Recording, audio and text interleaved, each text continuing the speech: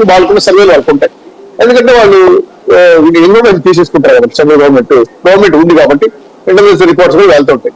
దీన్ని దృష్టిలో పెట్టుకొని ఏ ప్రాంతంలో మనం బలపడ్డాం, ఏ ప్రాంతంలో ఎమ్మెల్యేలు కానీ ఎంపీలు కానీ మనం చేయగలం. ఇప్పుడు తెలంగాణలో వాళ్ళ ఎన్నికలు చూసాం మనం. ఆల్మోస్ట్ ఆల్ సెకండ్ స్టేజ్ లో ఉన్న బీజేపీ వన్స్ ఏ టైంలో వచ్చేస్తారు ముందుకి, బీజేపీ ఆక్యుపై చేసిన తెలంగాణ అనుకున్నాం. కానీ మూడో స్టేజ్కి వెళ్ళిపోయారు.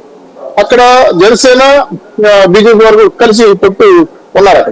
కానీ ఎందుకు మారిన ఈ ప్యాటర్న్ గురించి లాస్ట్ మూమెంట్ లో చేసిన ఎత్తుగడల వల్ల కొంత మిస్టేక్ జరిగింది.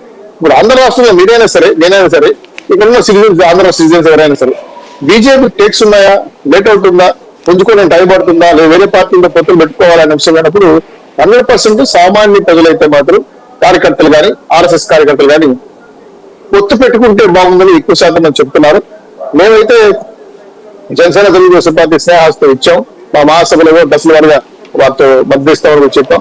మాకు విభేదాంశాలు మొదలు పెట్టాం. మాకు ప్రత్యేక హోదా, రాష్ట్ర అవసరాల విషయం మాకు ఈ అంశాలే కానీ మాకు ఏ విభేదాలు లేవు. బీజేపీ దాన్ని కూడా తేల్చి చెప్పడం జరిగింది.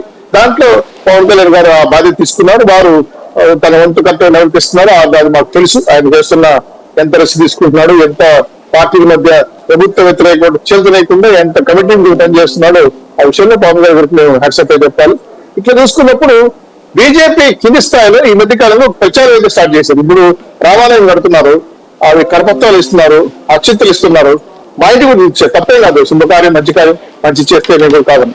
ఈ సందర్భంగా కొంతమంది ఆర్ఎస్ఎస్ నాయకులతో మాట్లాడిన మాటల్లో మేము ఏమింది ఏంటంటే ఖచ్చితంగా 100% ఆంధ్ర రాష్ట్రంలో కలిసి వెళ్తారన్న వాయిస్ అయితే కింది స్థాయిలో పడతా ఉంది. మన పైన వాళ్ళ అధిష్టానం వరకు ఏ నిర్ణయం తీసుకుంటారని వాళ్ళ అభిప్రాయం. అది ఫైనల్ గా Telugu Desam Janasena joint action committee ఏ నిర్ణయం తీసుకుంటే మేము నాయకులు దాన్ని కట్టుబడి పనిచేస్తామని మీకు చెప్పగలం.